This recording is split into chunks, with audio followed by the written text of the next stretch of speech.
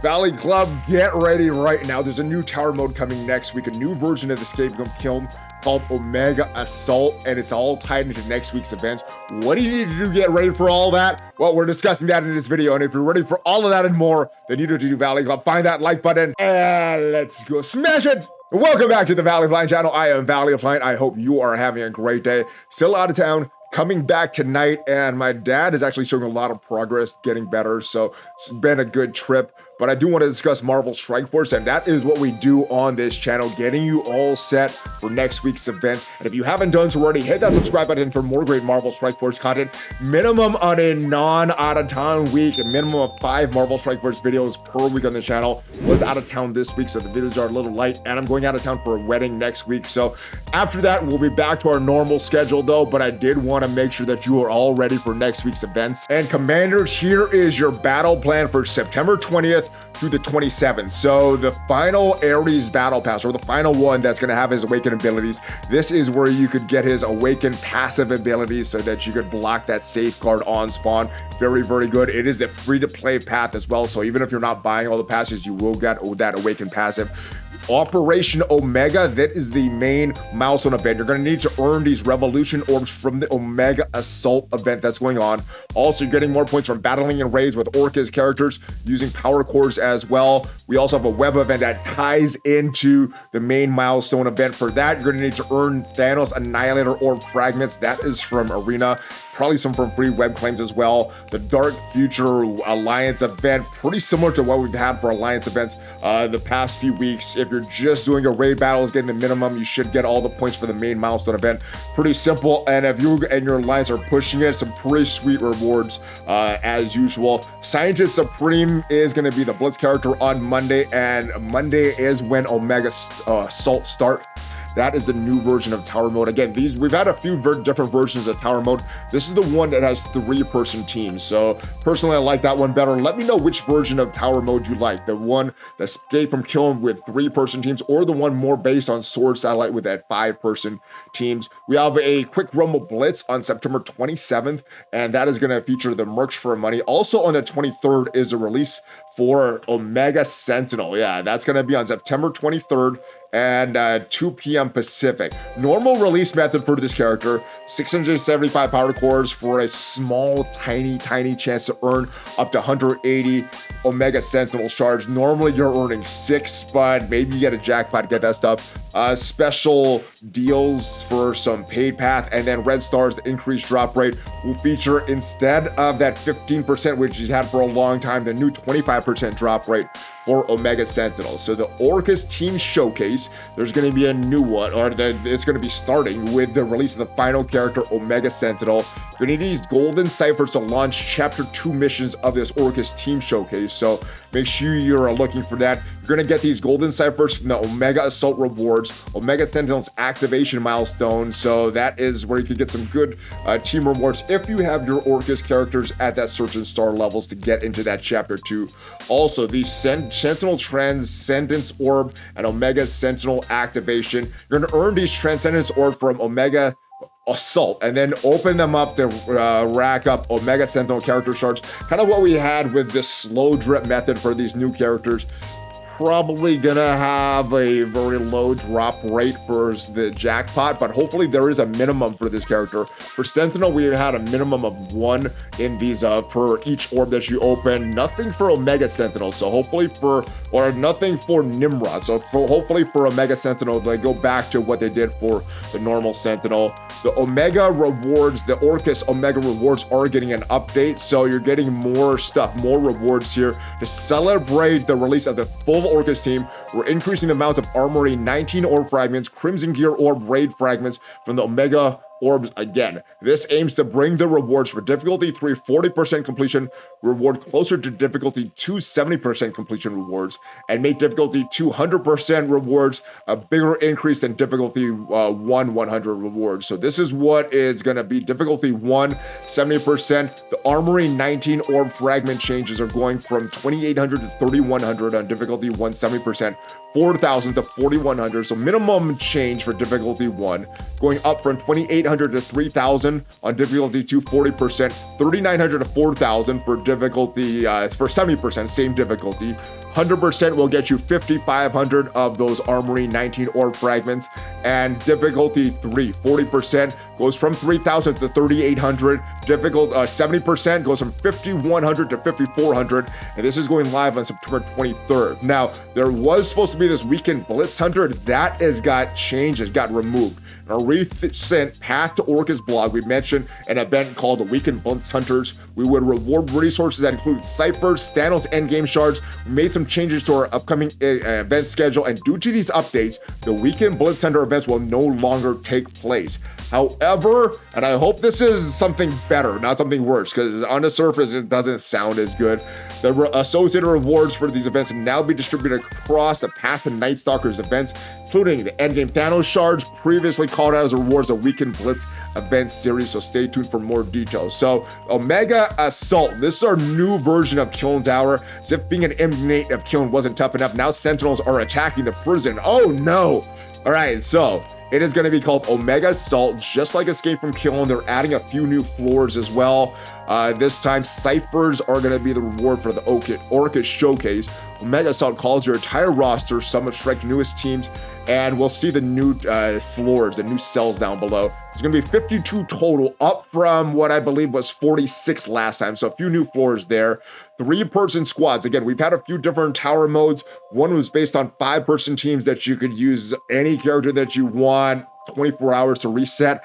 I like these ones that are 3-person squads because there's no cooldown after battle. You could use these over and over. You could reset as many times as you want and just keep climbing as high as you want. So no cooldown for the characters after battle. Health and abilities persist between battles for players and enemies. Characters can't be healed between battles. You remain the same floor after losing a battle. You will not drop down. Resetting a run will start you back at floor 1. Heal your characters, reset your score. Completing a cell earns a milestone reward. So most of these cells are going to be exactly the same as we've had from Escape from KYLN, all the way to cell 46, where it was requiring Cabal and Underworld Gear Tier 18. Now 47 through 49 is going to require Orcus or Alpha Flight at Gear Tier 18, and cells 50 to 52 is going to require Orcus or Annihilator characters Gear Tier 19. So those are the characters that you want to start to gear up if you want to beat these newer floors. And of course, all these requirements, these cell restrictions are exactly the same, or it appears to be exactly the same as our previous KYLN towers.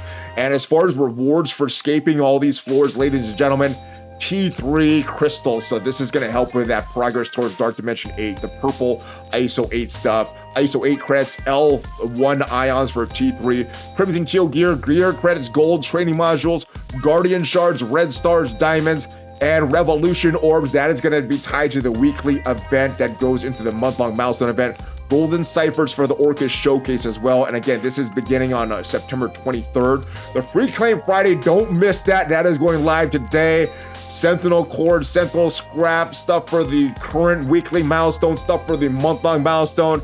And as far as the events next week, it is tied to that Omega Assault. So hopefully you could climb as many floors on that tower. But the main thing, the main milestone event, continue your Dark Dimension upgrades, Crimson Biogear, Purple ISO 8 resources, and port submission. There is going to be a leaderboard on this, so hopefully you can climb as high as you want on that. Revolution orbs, that is going to be from Omega Assault. Raid battles with Orcus characters, and if you have them at yellow stars, you're getting even more credits. The quick rundown did mention power cores, but this section and the charts don't mention power cores. We'll see if it actually goes live if power core spending is a scoring method, but you'll get some Crimson gear, Purple ISO 8 resources, and leaderboard includes 3 diamonds for Omega Sentinel. And as far as the web milestone that leads into it, because a lot of the points that you're getting from that main milestone is going to be coming from the web. For this, you're going to need to earn Thanos Annihilator Orb fragments. That is from Arena wins. And if we look at this chart for the web milestone, it doesn't look like it's fully completable. However, it should be pretty easy to get all of these Revolution Orb fragments and all of these milestone points for Omega Assault. Now, milestone 9 and 10 it does have some Crimson gear, has some Armory 19 ore fragments, and Sentinel cores for the main milestone event. But if you're just looking to beat the weekly event, all you really need to do is get to milestone 8. And as far as the chart for that, 78,000 points will get you to milestone 8. That again is all the milestone points and all the orb fragments that you can get from that milestone. And earning these Thanos Annihilator orb fragments is gonna come from Arena. Probably gonna have some free claims as well that you get. Obviously, you could spend money and climb up the ranks for this, but if you are in the top 100 of Arena, that is 14,000 of these orb fragments you're getting on a per day basis. If we look at the calculations for that, if you're in the top 100, we're gonna have 14,000 orb fragments per day. Over the course of this 8-day web milestone, that is 112 orb fragments during the event, which should get you pretty comfortably to milestone 9. So if you are in the top 100 of Arena collecting all your orb fragments, make sure you're doing all your dailies, you should get to milestone 9. Milestone 10, probably you need to spend some money, but that should, either way, you should get all your milestone points and all your orb fragments from the web. And all of that leads into this main milestone event. Pretty good rewards here, lots of Sentinel cores. The main thing that you need to get is this power dampener. That is at milestone 13, and that is the main meta item. Now, as far as the scoring, Revolution orb fragments is 2 points per, so it's not 1 point per like a lot of these events have been designed. So 2 points per Revolution orb fragments. If you raid with Orcus, so even your free characters, Lady Deathstrike, Scientist Supreme, you should be able to hit that limit. Just one battle with either of them should get you to that limit. Now, for my calculations, I'm not using a Sentinel, Nimrod, or Omega Sentinel on this, so those limits, if you bought those characters or unlocked them with a lucky unlock or really grinding for some of these characters, you can score even higher. I'm not using that in my calculations for this. And there is a leaderboard for this event. Top 1,000 will get at least 1 diamond for Omega Sentinel. Some diamond orb fragments are also on the line as well. And if you want to push for some of these rewards, well, you're gonna have to really make up some of the calculations on this. Milestone 13 is where you want to get to if you want to just do the bare minimum and aren't really concerned with the milestone or the leaderboard for this. As far as your limits, the orb fragments you're getting from the web, you're getting 8,000 of them, but you're getting 2 points per orb fragment earned, so that's 16,000 points. The milestone points from the web, that is 30,000 of them.